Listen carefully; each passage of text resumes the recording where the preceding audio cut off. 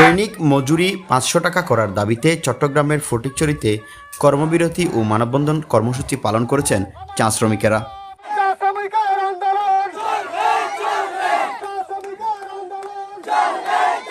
ছেলে পেয়ে স্কুলে লেখাপড়া কি করে সম্ভব? এই ১৭৮ টাকা দিয়ে আমরা কিভাবে এই সংসার করবো? ছেলে মেয়ে কিভাবে বলবো, কিভাবে স্কুলে করবো? কিন্তু আমরা এই যে আজকে 2 ঘন্টা অবরোধ করছি, বর্তমানে আরো যদি প্রয়োজন হয় আমরা আরো 4 দিন অবরোধ করবো। তারপর এরপর আমরা আরো 7 দিন অবরোধ করবো।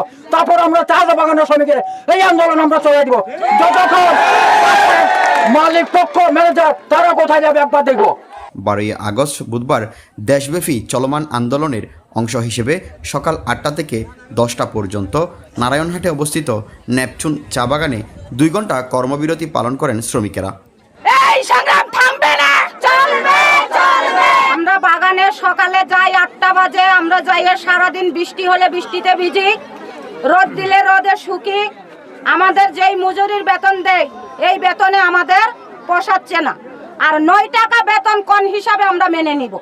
আমরা 9 টাকা বেতন মানতে রাজি নই। আমরা সেই বেতন মানব না, কারণ আমাদের ছেলে মেয়েরা স্কুলে লেখাপড়া করাইতে পারি না, কোনো একটা ভালো পোশাক দিতে পারি না, কোনো এক মুঠ ভাত দিতে পারি না পেটে, ডাল ভাতও আমরা ভালো করে ঠিকভাবে খাইতে পারি না। আমরা এত চা শ্রমিকরা এত কষ্টের বিনিময়ে জীবনযাপন কাটে যাচ্ছি। তাইলে আমাদের 500 টাকা মজুরি মানতে হবে। যদি না মানে আমরা এই আন্দোলন চলছে আরো চালাই যাব।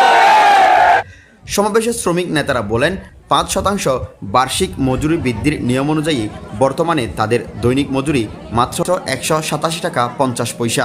বর্তমান বাজারে নিত্য প্রয়োজনীয় জিনিসপত্রের দাম যেভাবে বাড়ছে, তাতে এই নামমাত্র মজুরি দিয়ে পরিবার চালানো সম্পূর্ণ অসম্ভব হয়ে পড়েছে।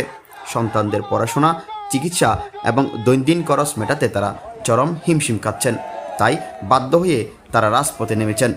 শ্রমিকেরা অবিলম্বে তাদের দৈনিক মজুরি 500 টাকা নির্ধারণ করার জন্য বাগান কর্তৃপক্ষ ও সরকারের প্রতি জোর দাবি জানান।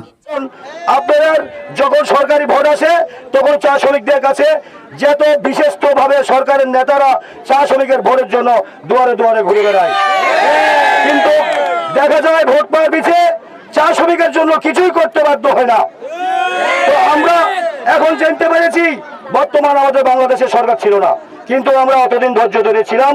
এখন বাংলাদেশের সরকার এসে আমাদের মজুরি 500 টাকা যেন ন্যায্য মূল্য সরকারে অবদান করে প্রতিটা শ্রমিকের পিছিয়ে।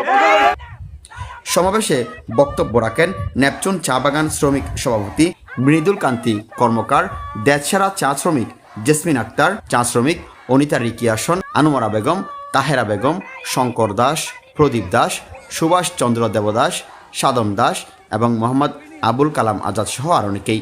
সমাবেশে দাবি আদায় না হলে আগামীতে আরও কঠোর আন্দোলনের হুঁশিয়ারি দেন বক্তারা।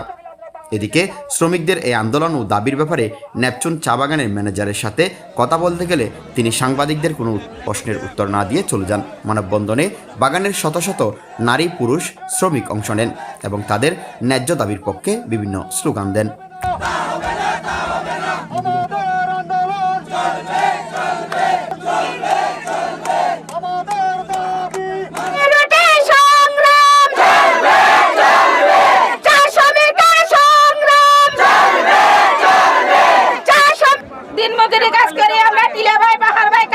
সকালে বাইরে হয়ে ঘরে থেকে সন্ধ্যার সময় আসি, ঝড় বৃষ্টি সমস্ত কিছু আমাদের উপরে থাকে।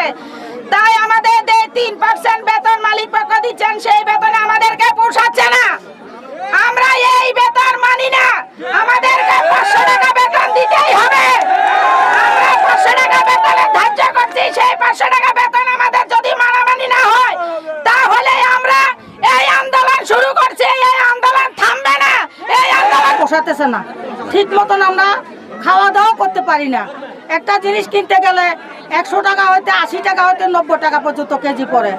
তাহলে আমরা যে বেতন মজুরি দিচ্ছি এই বেতন মজুরি আমরা মানবো না। আমরা 500 টাকা মজুরি দিলে আমরা মানবো।